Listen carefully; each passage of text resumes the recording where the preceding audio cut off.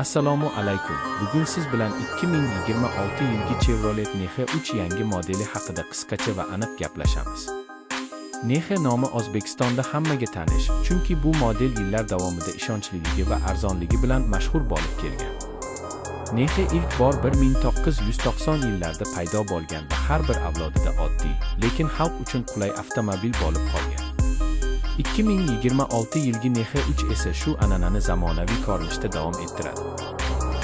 Tashqi dizaynga qaraydigan bo'lsak, yangi Nexe 3 avvalgilariga nisbatan ancha zamonaviyroq. Old faralar oddiroq shaklga ega, radiator panjarasi Chevrolet uslubida bezatilgan, kuzov chiziqlari esa soddaligi bilan birga jiddiylikni ham beradi. Bu mashina shahar ko'chalarida ham, trassada ham ko'zga tashlanadi, lekin haddan tashqari dabdabali emas. Salon ichida ham sezilarli yangilanishlar bor.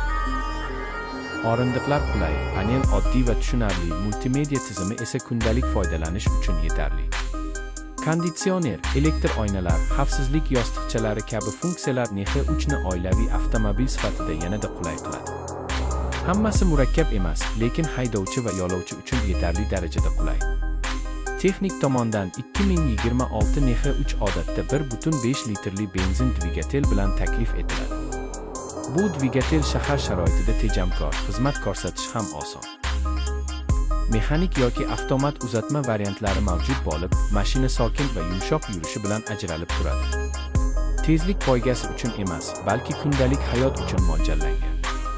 Agar uni shu segmentdagi boshqa mashinalar, masalan Chevrolet Cobalt yoki shunga o'xshash sedanlar bilan solishtirsak, Nexe 3 narxi va xizmat xarajatlari bo'yicha ko'pincha yutadi. Cobalt biroz kattaroq va qudratliroq bo'lishi mumkin, lekin